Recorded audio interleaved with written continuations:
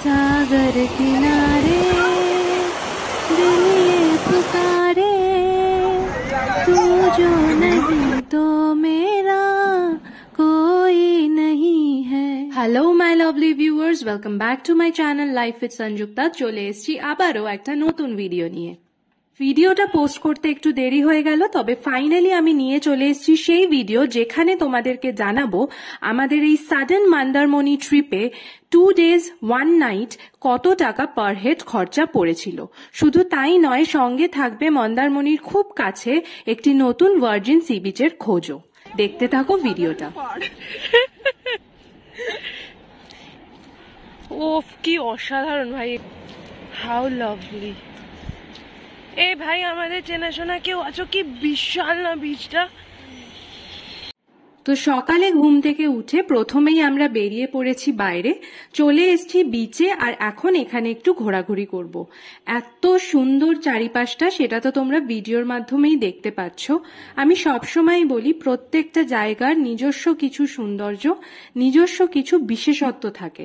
আর মন্দারমণির এই sea beach হয়তো মন্দারমণি ছাড়া অন্য কোথাও এত সুন্দরভাবে দেখাও যায় না। এখন বাজে প্রায় সকাল 8টা, আর 8টার সময় বিচের সৌন্দর্যটা কিন্তু বেশ অন্যরকমই থাকে। চারিদিকটা খুব শান্ত শিষ্ট, ভীষণ ভালো লাগছিল আমাদের। তোমরাও এখানে এসো। আর আমি যে হোটেলে ছিলাম সেই হোটেলের ডিটেলস এবং কিভাবে এখানে হঠাৎ করে প্ল্যান করে আমরা এসেছি সেই সমস্ত ডিটেলস কিন্তু আমার এই ভিডিওরই পার্ট 1-এ দেওয়া আছে, সেটা তোমরা আমার চ্যানেলেই দেখতে পাবে। এখন চলছে সবার ফটোশুট সেশন, এরপরে আমরা যাব ব্রেকফাস্টের দিকে। আমাদের আপকামিং হাফ প্যান্ট পরা ব্লগার এ আমার ভিডিও থেকেই পপুলার হবে, নিজে তো আর বানাবে না।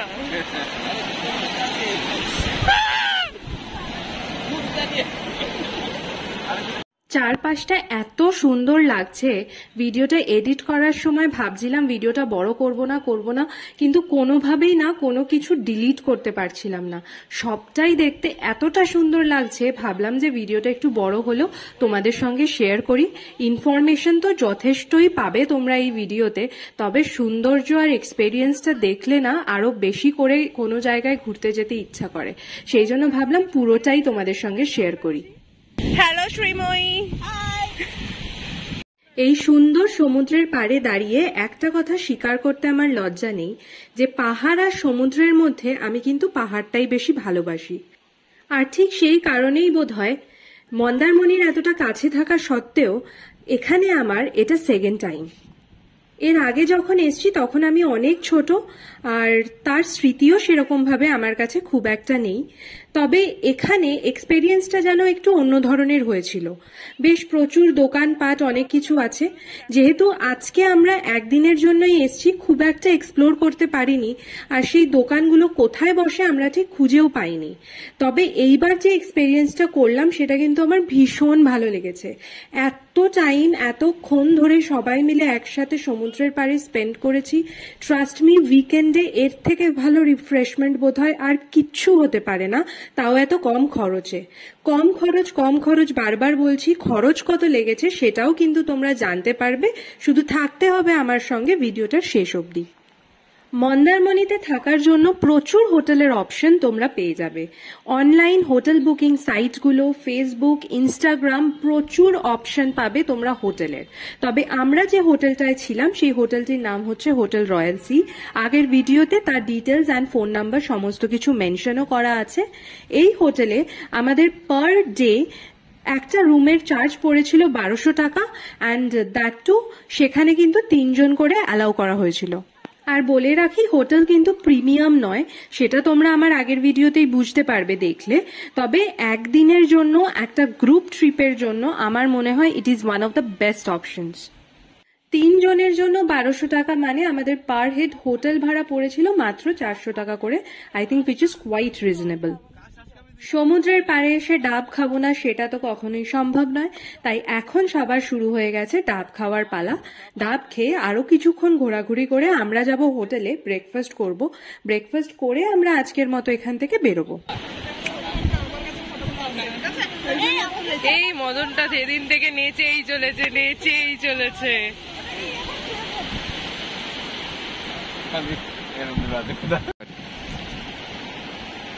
ভালো সাদা এবার মুখে তোল।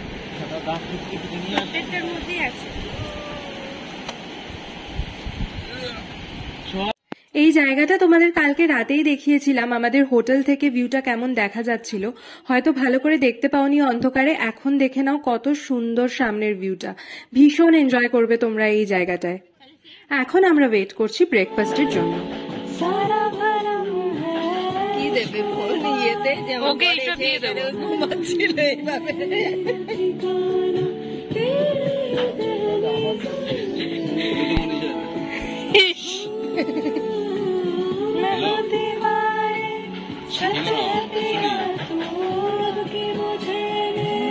চলে এসছে আমাদের ব্রেকফাস্ট, গরম গরম ফুলকো লুচি, তার সঙ্গে রয়েছে ঘুগনি। 5টা করে লুচি আর ঘুগনি। এই প্লেটটার দাম ছিল 70 টাকা। হ্যাঁ, দামটা হয়তো সত্যিই একটু বেশি, বাইরে থেকে খেলে অনেকটাই কম পড়তো, বাট ট্রাস্ট মি, এরকম একটা জায়গায় বসে এত সুন্দর লুচি তরকারি খাওয়ার একটা আলাদাই এক্সপেরিয়েন্স। আর টেস্ট কিন্তু ছিল ভীষণ ভীষণ ভালো। কালকের রাতে আমরা যে মাটন রাইসটা খেয়েছিলাম, আমি বলেছিলাম খুব অ্যাভারেজ টেস্ট ছিল, তবে সকালের ব্রেকফাস্ট কিন্তু অসাধারণ ছিল। আমরা রিয়েলি এনজয় করেছিলাম।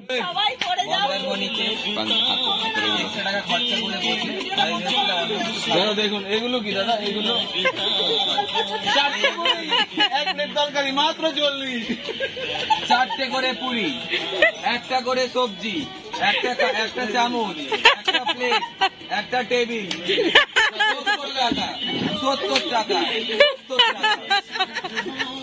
সকাল সকাল সবাই লুচি তরকারিটা প্রেফার করে না বলে আমরা সাথে ব্রেড অমলেটও কিন্তু অর্ডার করেছিলাম। এটা পার প্লেট পড়েছিল 50 রুপিস করে, আর মাত্র 2-3 প্লেট আমরা অর্ডার করেছিলাম লুচি সবজিটা। তবে সেটা খেতে এতটাই ভালো ছিল, এরপরে কিন্তু আরো এক্সট্রা আমরা অনেক অর্ডার করেছি। আমি নিজের জন্য ব্রেড অমলেট অর্ডার করেছিলাম, কিন্তু লুচি তরকারিটা ওয়াজ রিয়েলি ডেলিশিয়াস, ঠিক যেমন আমরা বাড়িতে মায়ের হাতে তৈরি করা খাই, এক্স্যাক্ট ওরকম। সবাই চেকিং করে দেখলো যে না কোনো রকম কিচ্ছু হয়নি। প্রান্তিক থাকলে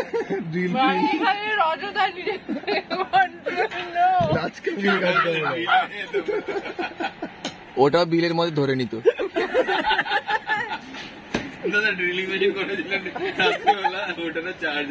সারা রাত চললো দাদা, কারেন্টের খরচাটা দিন। এই পিসটা না ওদিক তাকিয়ে আছে। কেমন খেতে? জুসি জুসি, খুব নরম। আয় আয় আয় আয়।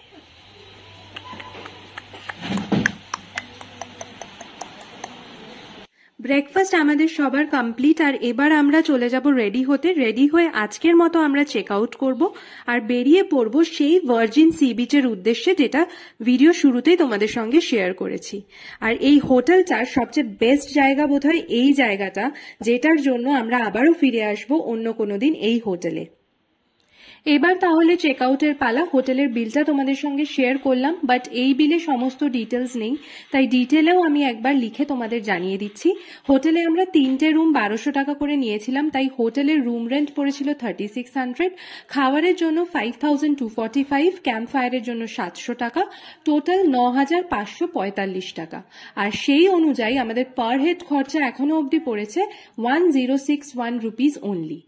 এর মধ্যেও আমি বলবো, এই যে ক্যাম্প ফায়ার আমরা 700 দিয়ে করেছিলাম, এটা কিন্তু খুব একটা দরকার ছিল না, আমাদের আইডিয়া ছিল না, তাই আমরা নিয়ে ফেলেছিলাম। এটা তোমরা আরামসে স্কিপ করতে পারো, তাতে আরো কিছু খরচা তোমাদের কমে যাবে। অলসো আমার মনে হয়েছে 700 টাকা দিয়ে ওই জিনিসটা কিন্তু একদমই ওয়ার্থ ইট নয়। হোটেল রয়্যাল সিকে টাটা করে এবার আমরা বেরিয়ে পড়লাম আমাদের সেই সমুদ্র সৈকতের উদ্দেশ্যে। রাস্তাঘাট মন্দারমণির এখন কিন্তু আগের থেকে অনেকটা বেশি ইমপ্রুভ হয়ে গেছে। আর আরো একটা কথা বলবো, এখন আমরা যেই জায়গাটায় যাচ্ছি, নামটা তোমাদেরকে ডিসক্লোজ করেই দিই, সেই জায়গাটির নাম হলো বগুড়ান জলপাই।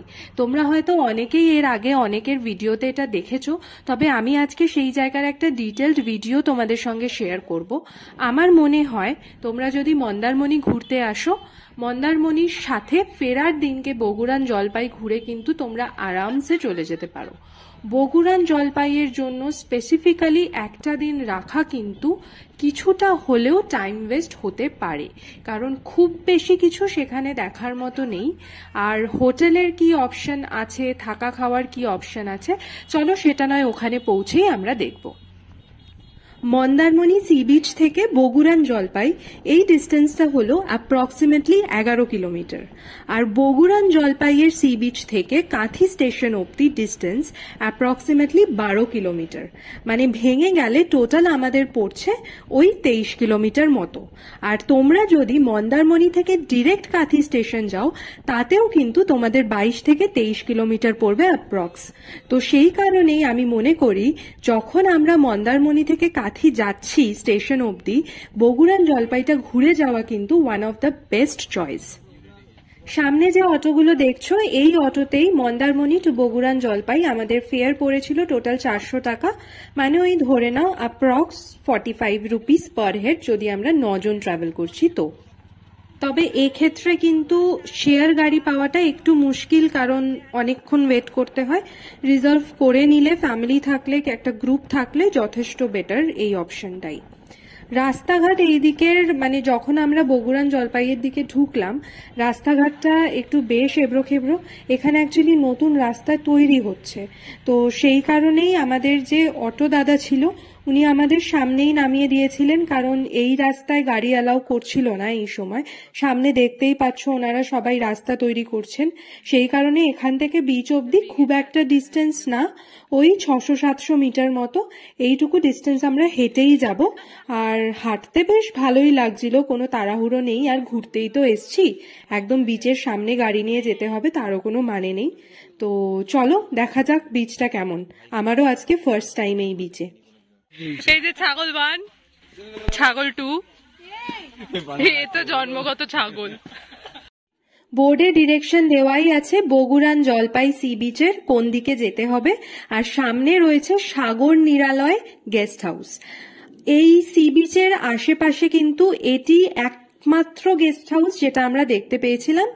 আর বলতে পারো আমাদের কপালটাই খারাপ ছিল, ভেবেছিলাম আজকে আমরা এই গেস্ট হাউসের ভিতরই লাঞ্চটা সারবো, তবে লাঞ্চ পাইনি, কারণ এই সময় গেস্ট হাউসেও রেনোভেশন ওয়ার্ক চলছিল, তো ওনাদের সার্ভিস সমস্ত বন্ধ ছিল। এই গেস্ট হাউসের অনেক ভিডিও তোমরা কিন্তু ইউটিউব, ইনস্টাগ্রাম পেয়ে যাবে, অনেককেই আমি শেয়ার করতে দেখেছি, তবে জানি না এছাড়া আর কোনো হোটেল এখানে আছে কিনা। এটি কিন্তু একমাত্র হোটেল যেটা আমরা দেখলাম। আর সামনে এই হচ্ছে রাস্তা, রাস্তার ধারে না বেশ সুন্দর সুন্দর কোটস লেখা আছে, যেটা দেখে ভীষণ ভালো লাগছিল। আবার আসিব ফিরে বগুড়ান সাগর বেলার তীরে।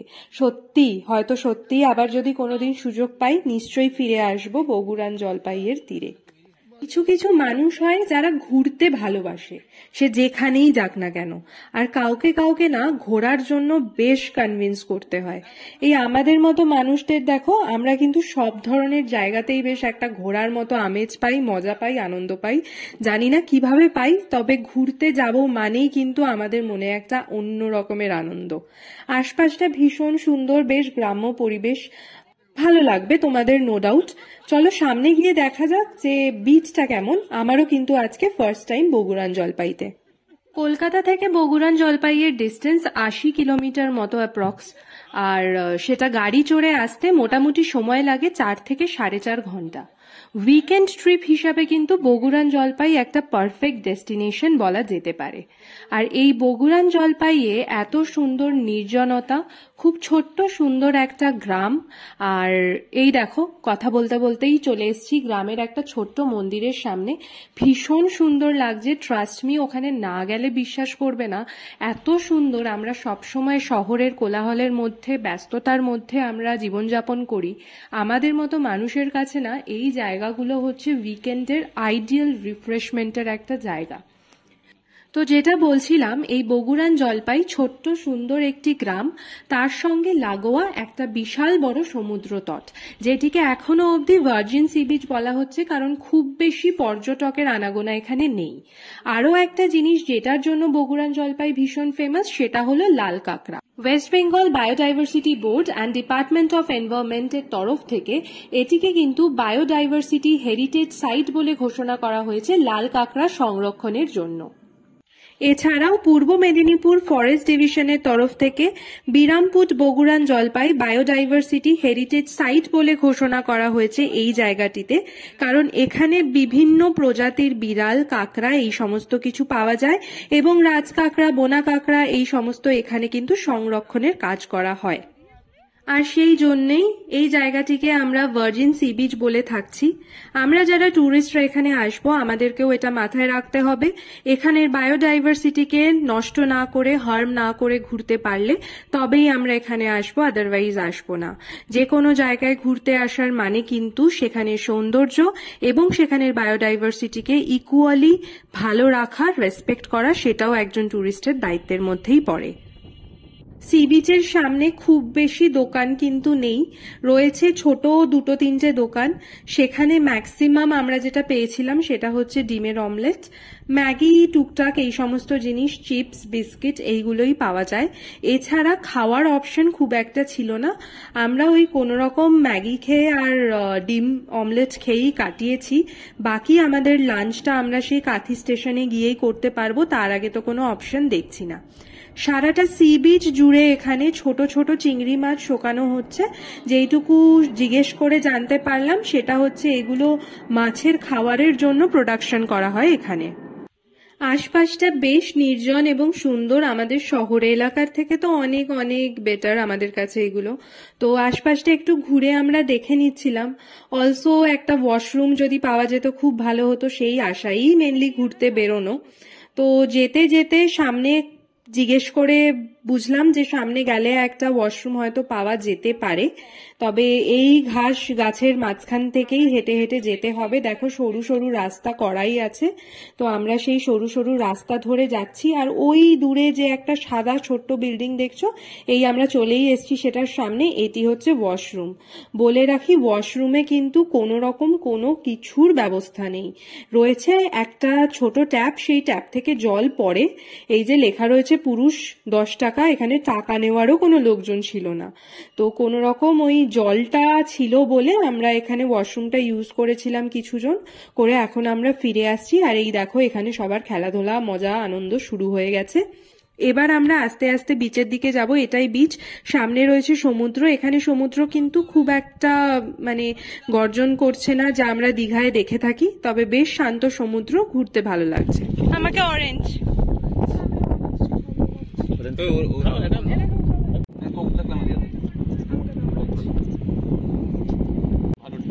ও প্রান্তিক দা, তোমাদের ফটো তুলে দেব এটা খাও। কোনটা নেবে? না না আমার এমনি গলা জ্বালা করছে।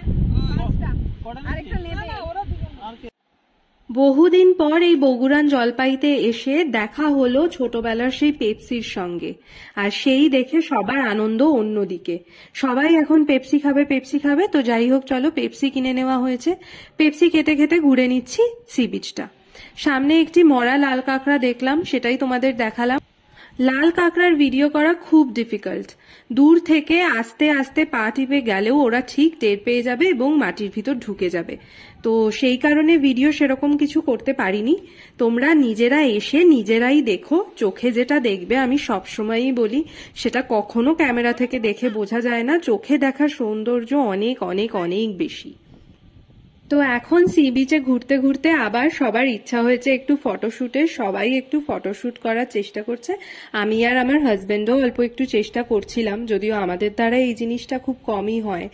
তো বেশ মজা লাগছিল এই সি বিচটায়, ভীষণ সুন্দর, ভীষণ ভীষণ সুন্দর। সব থেকে সুন্দর এই কারণ চারিদিকটা খুব নির্জন। দীঘাতে আমরা যাই সেখানে সবসময় ট্যুরিস্টের সমাগমটা খুব বেশি থাকে, তবে তোমরা যারা একটু লোকজন কম এরকম জায়গা পছন্দ করো তাদের জন্য বগুড়ান জলপাই কিন্তু is a very good option.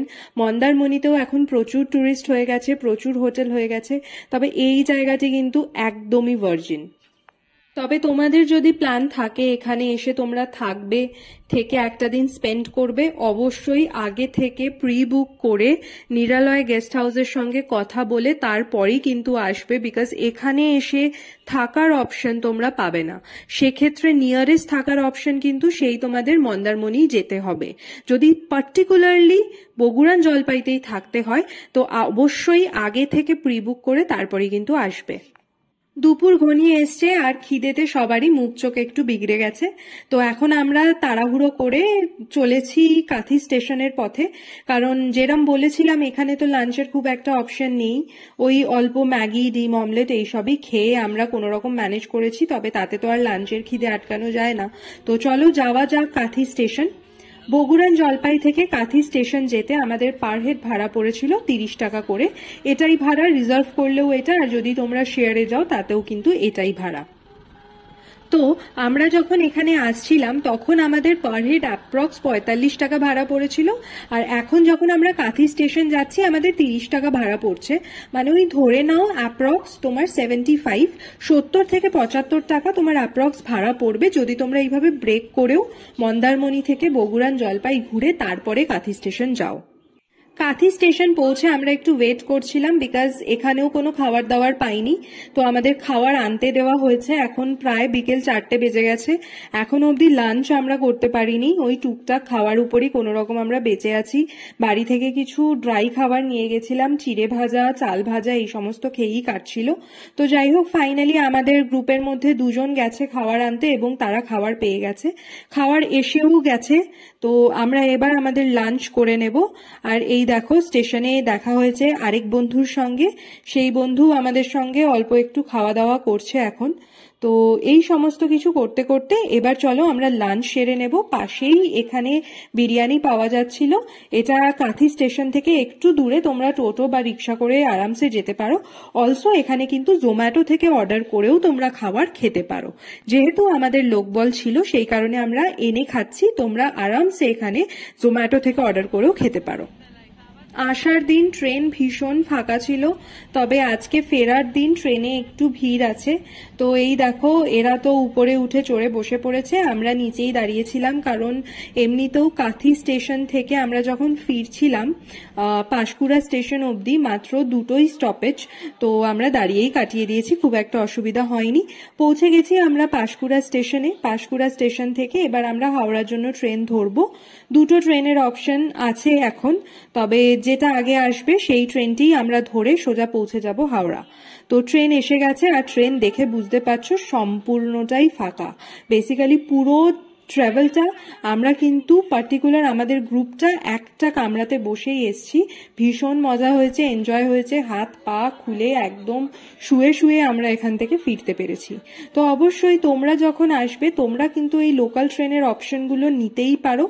আসার দিন ট্রেনের ডিটেলসগুলো আমি আর আলাদা করে শেয়ার করলাম না, তোমরা ওই where is my train app থেকে সমস্ত ডিটেলস পেয়ে যাবে, কখন কি অ্যাভেলেবেল থাকে। হতে পারে আজকে যেটা অ্যাভেলেবেল আছে তোমরা আসার দিন হয়তো থাকবে না, তবে যেই লোকাল ট্রেনই তোমরা পাবে তোমরা কিন্তু আরামসে সেটা অ্যাভেল করে বাড়ি ফিরতে পারো। আর এছাড়া এখানে কিভাবে আসবে লোকাল ট্রেনে করে তার ডিটেলড ভিডিও কিন্তু আমার ফার্স্ট ভিডিওতে কমপ্লিট শেয়ার করা আছে, সেটা দেখলেও তোমরা খুব ক্লিয়ার একটা আইডিয়া পাবে কিভাবে কলকাতা থেকে তোমরা মন্দারমণি লোকাল ট্রেনে করে ট্রাভেল করবে। ট্রেন ঢুকছে হাওড়া স্টেশন, আর আমাদের ঘোরা শেষ এইবারের মতো। আবার হয়তো দেখা হবে তোমাদের সঙ্গে আরও একটা অন্য কোথাও জায়গায় ঘুরতে যাওয়ার ভিডিও নিয়ে। আশা করি সেটা খুব শিগগিরই তোমাদের সঙ্গে শেয়ার করতে পারবো। তোমরা সাথে থেকো, পাশে থেকো, আর আমার চ্যানেলটাকে কিন্তু অবশ্যই সাবস্ক্রাইব করো। তোমাদের সাবস্ক্রিপশন, তোমাদের কমেন্টস এগুলোই আমাকে ইন্সপায়ার করে আরও ভিডিও তৈরি করার জন্য। কখনো কখনো সময়ের অভাবে, আর যেহেতু আমাকে রেগুলার অফিস করতে হয়, অফিস, বাড়ি এবং তার সঙ্গে নিজের শরীরেরও কিছু অসুস্থতা কখনো কখনো থাকে, এই সমস্ত কিছু মিলিয়ে সময় মতো ভিডিওটা দিতে পারিনি ঠিকই, তবে নিশ্চয়ই আবার কখনো দেখা হবে আরেকটা অন্য ভিডিও নিয়ে। লাস্টে তোমাদের সঙ্গে শেয়ার করলাম আমার ভিডিওর কয়েকটা মুহূর্ত যেগুলো ক্যাপচার করা হয়েছিল। বেশ মজা করে, আনন্দ করে আমরা কিছু ফটোশ্যুট করেছিলাম। আশা করি তোমাদের খুব ভালো লাগবে। ভিডিওটা ভালো লাগলে অবশ্যই সাবস্ক্রাইব করে দিও, আমার চ্যানেলটাকে একটু ভালোবাসা দিও। তোমাদের ভালোবাসার জন্যই এতটা দূর আসা, বাকিটা পথও যেন এগিয়ে যেতে পারি। তো সাথে থেকো, পাশে থেকো। তো আজকের ভিডিওর যেটা মেন মোটিভ তোমাদের জানাবো, আমাদের পার হেড খরচা কত পড়েছিল সেটাই এবার বলার পালা। আগেই তোমাদের বলেছি থাকা খাওয়া নিয়ে আমাদের 1061 রুপিস পার হেড অ্যাপ্রক্স পড়েছিল। সঙ্গে যদি আমরা যাতায়াতের খরচটা মিলিয়ে দিই, সঙ্গে আরো টুকটাক কিছু খাওয়া দাওয়া, এই সমস্তটা মিলিয়ে আমাদের ওই অ্যাপ্রক্স 1400 টাকা পার হেড পড়েছে এই ট্রিপের জন্য, একদম Kolkata to Mandarmani including everything along with Boguran Jalpai. And আমার মনে হয় উইকেন্ডে বন্ধুদের সঙ্গে এমন একটা সুন্দর ট্রিপ এত কম পয়সায় যদি করা যায়, এর থেকে ভালো আর কিছু হয় না। এরপরও কিন্তু তোমরা কিছু খরচা এখান থেকে কমাতে পারো। আমাদের খাওয়া দাওয়ার পেছনে বেশ কিছু টাকা খরচা হয়েছে, তো সেটা অবশ্যই তোমাদের উপর, তোমরা যেরকম খাবে সেরকমই তোমাদের খরচা হবে। আদারওয়াইজ এর থেকে ভালো অপশন আমি সিরিয়াসলি জানি না আর কি হতে পারে। এরকম ইচ্ছা থাকলে অবশ্যই ট্রাই করো। আজকের মতো টাটা, দেখা হবে আবার।